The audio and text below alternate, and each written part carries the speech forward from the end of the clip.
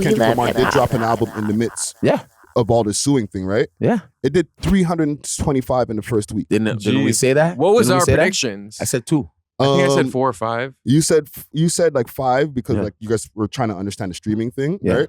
You said around 2. Yeah, 100 or 2. Right? Yeah. And I think I kind of hit the mark, right? I said between 250 and 300. Actually, I was off. Yeah, he did 324, and I have a list of over here of all the different albums that he's dropped and what he's done. Yeah. So his best was Damn, which did 603,000 in the first week back in 2017. Yeah. Besides that, Pimp a Butterfly was his third. The exact same? Yeah, and that was in 2015.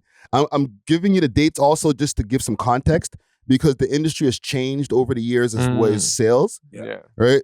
2022, more recently, he did 295 on Mr. Morale and the Big Steppers. Yeah. And then back in the days, in 2012, he did 342. And then his second highest right now is GNX, which is 324. Yeah. Just to give you guys some context, back in 2012, 342 was just, it was great, but it was just okay. He wasn't the strongest out of everybody. Because in 2012, the top rappers were probably doing at least 500. You know what I'm saying? Like a Drake was, I think Drake and them times probably did like almost 1 million in the first week kind of shit. You know what I'm saying? But then when Damn came out in 2017, sales were on average lower and he did 603,000. So he did above average is what I'm trying to say.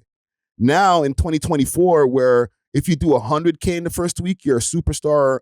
And now if you do like 300K, if you do 100K in the first week, you're doing great. But if you do 300K, you're a superstar. He did 324. Right? It's not Taylor Swift numbers, but for rap, that's like the best you can do. Yeah. Well, he's number 1 on the Billboard 200, so he's doing better than every single. No, that's the best for rap. Is this the highest? Like that's I think what Travis Scott did when he maybe did a little less than that. Yeah. But that got taken back because of No, I'm talking about when he dropped his album a few, maybe about a year ago, right? Like I forgot the name of the album. I think it was the Astro World one. No, not Astro World. It was the album that just came out the other day. That's what I'm saying. They took numbers back from that. No. You're talking about the re-release. You're talking about the one where it's like black and red, the album cover? I'll find it right now. Travis Scott. Oh, the one with Fiend? Yeah, what was his last album? Because he re-released Utopia? Utopia. Yeah. Utopia did like a 300K in the first week type shit too. You know what I'm saying? So that what I'm trying to get to is that's the highest on the hip hop scale right now. Yeah. Like if Drake was to drop right now, he has to do like 300K. Yeah. You know what I'm saying? To be a success. So Kendrick did 300K, and this is not the album, as we said. Like this might not be the official banger. It might be like a mixtape in a way. Yo, but I feel like now I just like don't even trust any numbers by Billboard or Spotify or YouTube. Like it's hard for me to like really prove it. Yeah. You know what I'm saying? Like, and especially when you know that these tech companies and these music companies are all in cahoots and it's all about visuals, like, and bots, like you're saying, they have these streaming farms and stuff. So it's like, but nothing's changed really. It's just that they went into a digital sense, right? Before it was, the labels would press up 1 million copies. Yeah. And then that's how they even just said 1 million copies were sold. Yeah. No, they would press up and then pre-buy a lot of the pre-buy it, and then basically the company, the record label, that's 1 million sold. Yeah. Let's say buy even like 100 to 150,000 of them and then just give them out as promotion. And then they shipped out 1 million. Yeah. And you could, those times, I don't know how they fandangled numbers, but that's what they did. But yo, back in the day, you could go into like HMV or whatever, and you could actually see how busy that section like you know what I'm saying? Like, do they have like a big section with all these albums, or is it like there's barely any albums left? Like you can't even buy it here. Like, is it sold out at this location? Like there was a little more like evidence, whereas now it's just like you could just type numbers and we're gonna believe it. You know what I'm saying? Spotify, I don't trust like that. And how did we get to this number? And Universal owns Spotify, so they can fandangle and finesse. And this is gonna lead to my next question. Do you feel like in order to be number 1 on a Billboard chart, you have to almost be like vetted or proven? Like it's not like super organic in a sense. It's kind of like you're placed at this point. No, to answer your question, yeah.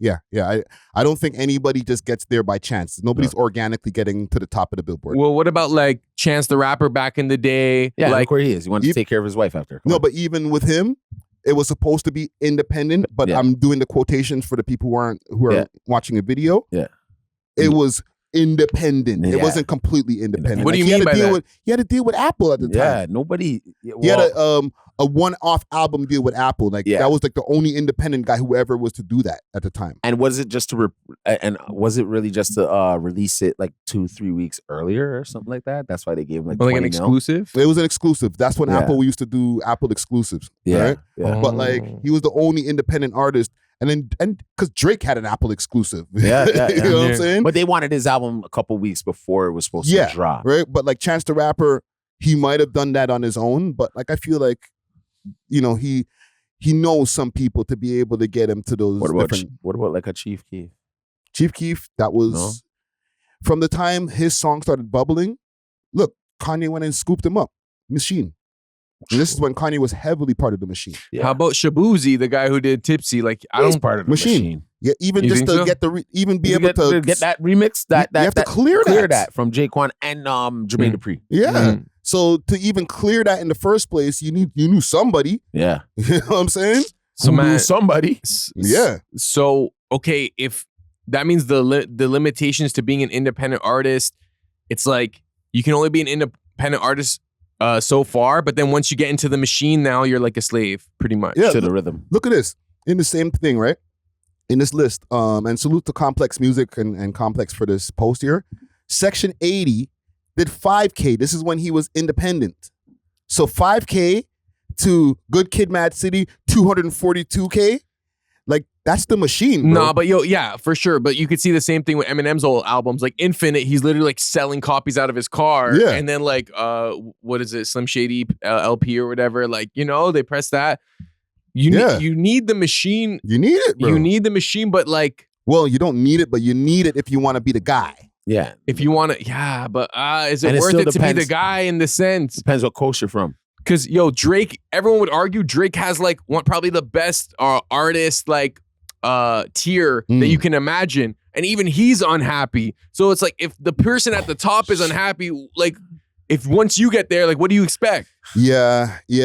And what do you mean by what coast you come from? Means like what coast you come from, like because like think about it like this. You have Master P coming from the South. Those guys didn't need any Machine. The Machine came to them. Yes, but when the Machine came to them, that's when we really start to find out about them. Like on other regions, like the people who search for music, they knew about Master P and all those guys when they were in their you weren't even searching. You were reading. Yeah, you're reading in the source or something. But and guys like E40, from Too Short, those guys aren't machines, and they're very independent. Very independent. Too Short had a deal.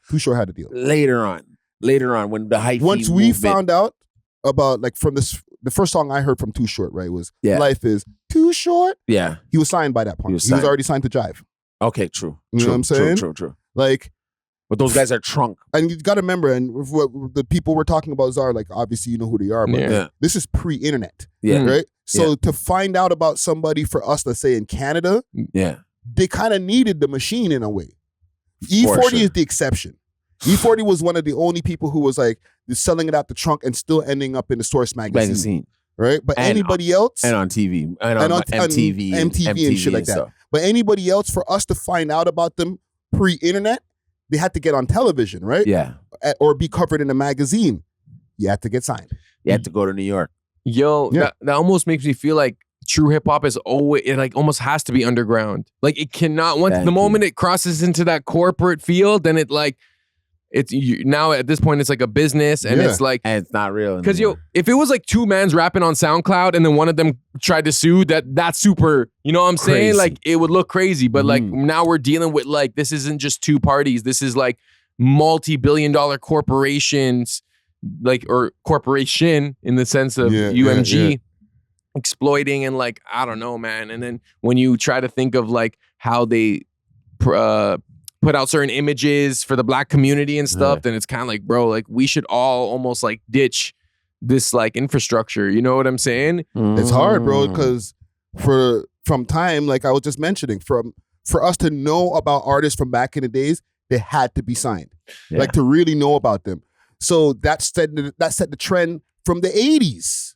You know what I'm saying? How about now? Like, could you will discover artists now that are not signed easily. Yeah. Now, because we have the internet, we have social media, we have all these different things. So there's a bunch of artists. Look, we cover bare artists from Toronto and all over Canada who are not signed. No. So we're in a complete different time now, right? Because of the internet. But so in 2024 or even 2025 or in the future, why would anyone need a label? Well, in 2024, 2025, we don't. But there's people who are already in the system. They're trying to get out. Or some of them are. And they can't. It's hard. It's literally like I feel like we're starting to see it crumble. Your master is calling you. Yeah. And you're shackled down, dog. But you know what? Even one of my homies told me, like, the new kids now, first of all, like, obviously they know the mainstream songs, but the songs that are booming are things that are just being shared with each other, like a airdrop. Yeah. Like, they're just the MP. It's not even released yet. Yeah. So they're taking it like super underground, where it's like no one knows. It's not even on the internet. It's not even on the internet. It's like you're sharing this with your friends. They don't want it if it's not if it's on the internet. Yeah, they just want to share it with their homies. I like that. I like it that's too. The underground. I like that. Yeah. I actually like just that. sharing files. Yeah. Whoa. The kids are still doing that? Yo, that's all the kids do now. It's like a song is popping if you have it on your files. If the moment you'll put it out somewhere, then it almost like loses the mystique and aura. So now we're going back streams on to it. like super underground, where it's like, oh, that's on Spotify. I ain't even trying to hear that. Shout out to the 2000 and what, like 5 babies then? Yeah, it's those guys still. Them one day. That's crazy. That's the one. Salute to y'all for that, man. Salute. That's some real sharing. Like, share me a file. This is my favorite artist. Share me a file. You guys drop me a file. No, don't do that, because you know what happens with us? Then bare people who are just going to start sending us shit, and it's like, bro, you're already doing that, man. Yeah. No, we mean like, who's hot? Not you.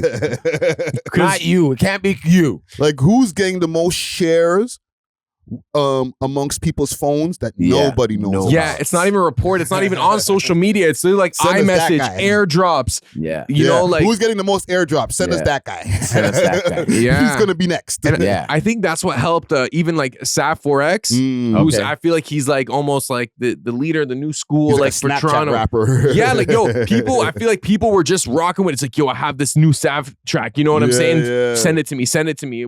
And then the exclusivity of that adds appeal. Yeah. And now you throw a little bit of funding, because I do believe he's working alongside. He's a Telegram rapper. Yeah, let me send this to you to Telegram. Yo, some fire. Like, as if you're trying to send some drugs to somebody. But it's just some fire music, bro. Like, yo, if you want your things, if you want your music to go viral, like, it has to be sent to people like the MP3 files. Yeah, and then eventually so many people will do that until it leaks, and then it's like, oh shit, that's the hottest person that nobody knew about, but all the kids knew. Gotta make the video now. That's crazy. A year would go by before even the video comes out, type of shit. But you know that you're hot. Yeah. Because it's like, you know, bare people are hitting you up. They're like, yo, I heard your shit is fire. You never posted on the ground once. But you're getting bare DMs all the time. Like, yo, this shit's fire. Man sent this shit to me on Telegram the other day. Yo, that second verse. And then you'll hear that, yo, you got to put this out. The streets are waiting. Like, you got to put this out. Actually, it's a good temperature to know what to drop. Yeah. You know what I'm saying? That's the wave then. Yo, that's how the kids are really, really, really moving. With that, I rate it, bro. Because I think that's the future. That's the element of like underground, but like, we don't want it if it's on the internet type of shit. Yeah. You know what? It doesn't even have to do 1 million streams to be like, as soon as it touches the internet, it's like, it's like that's like you pop. The internet, you're done. Because the internet lost how free it was. It's almost like the new labels, because now the labels are like they're cool with YouTube, they're cool with Spotify. So it's like we don't even want that because we don't trust it. That's not real. If it's real, yo, send me like this unedited. You know what I'm saying? Might not even be mixed and mastered like that. Like, might be the second mix, but they're doing a third. You know what I'm saying? Send me the bounce straight from the studio. Yeah. Well, listen, man. I don't know if I want to say salute to Kendrick Lamar, because it might not be on his merit that he got this 324K, but hey, salute anyway. We love hip hop.